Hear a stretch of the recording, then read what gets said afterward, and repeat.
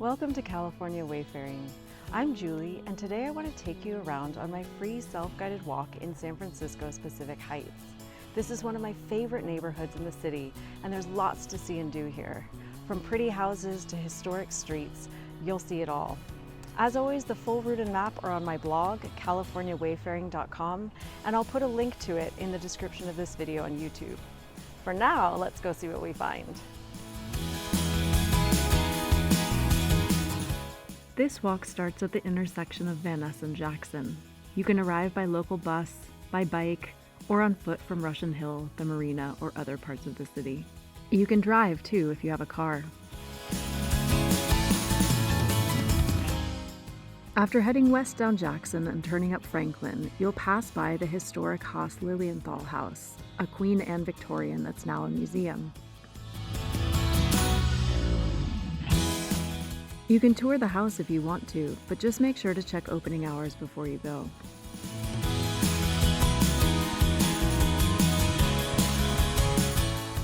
After passing the house, you'll continue your walk by heading to Washington Street and turning right. Soon you'll reach Lafayette Park, one of the neighborhood's best green spaces. You can take a stroll through it to admire the views from the lawns.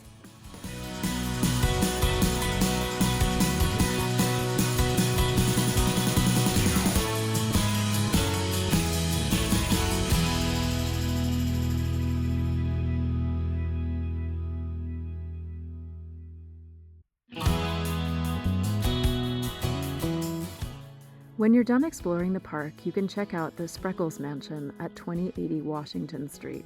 This neoclassical mansion was built in the early 20th century for sugar magnate Adolf B. Spreckels and his wife Alma.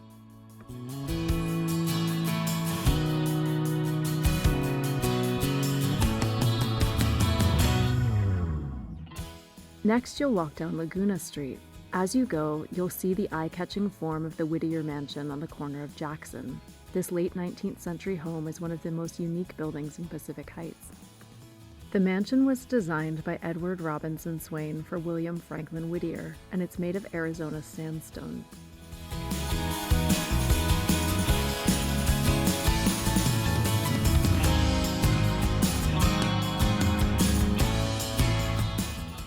Next, you'll find yourself on Broadway, where you'll notice a building called the Hamlin School.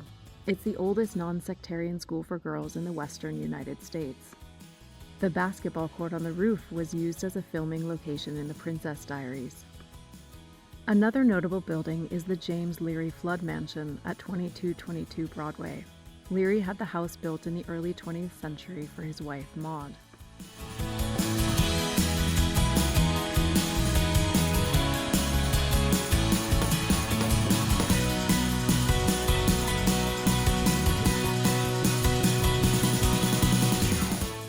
When you reach Steiner, you'll see a home on the southeast corner that might look familiar. It's at 2640 Steiner, and it's the house from Mrs. Doubtfire.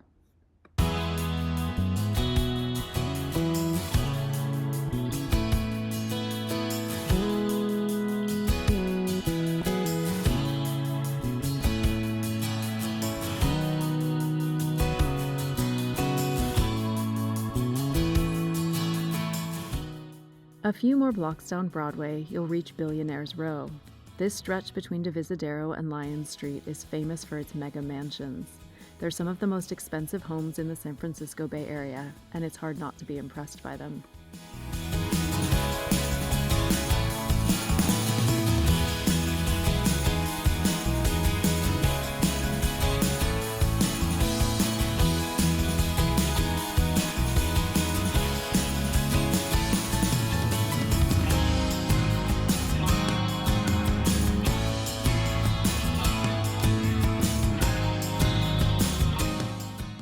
At the end of Broadway, you'll see the Presidio in front of you and the Lyon Street Steps to your right.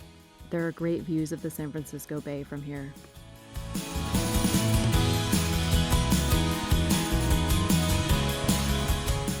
After heading up the hill from the Lyon Street Steps, you'll take a left on Pacific Avenue. You'll pass more impressive mansions here, including some particularly eye-catching ones on the corner of Divisadero.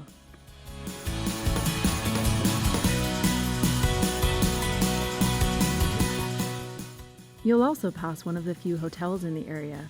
It's a great place to base yourself if you want to see more of Pacific Heights and live like a local. I'll put a link to where you can book it in the description of this video on YouTube.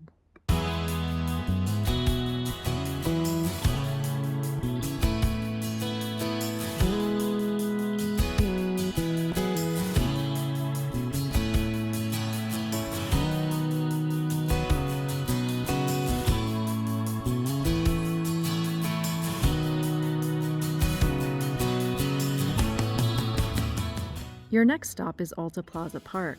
You can spend some time exploring and taking in the views from the south side before continuing your walk.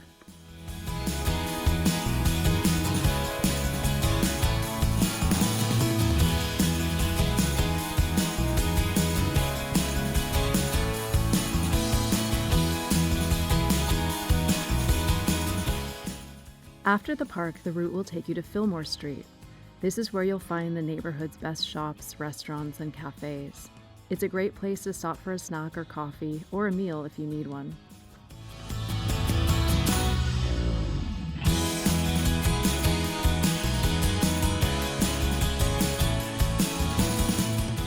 From Fillmore, you'll head down Bush Street before coming to Cottage Row. You can walk down the narrow path and admire the colorful houses as you make your way to the secret park at the end. Cottage Row Mini Park is one of my favorite hidden spaces in the neighborhood, and it's a great place to sit and soak up the scenery.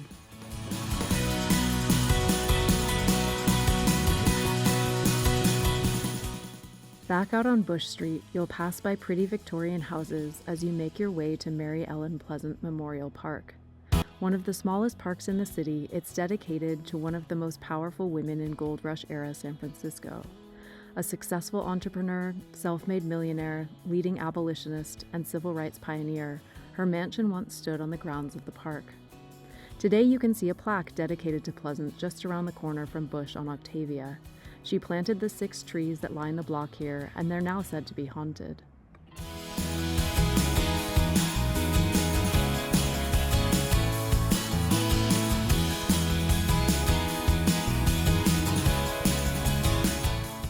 As you head up Octavia, you'll pass the Buddhist Churches of America National Headquarters, and then come to Atherton House on the corner of California and Octavia. Atherton House was built in the late 19th century in an eclectic style borrowing from the Queen Anne and the Stick East Lake. The house is said to be inhabited by the ghosts of its original occupiers.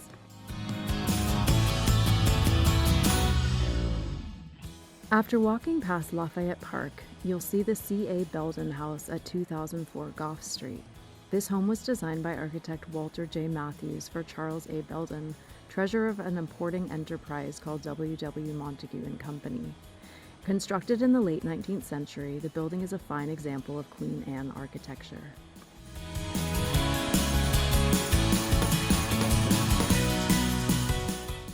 After admiring the house, you can continue your walk down Gough, taking in the views of the bay, and then turning on Jackson to get to Van Ness, where your walk ends exactly where it began.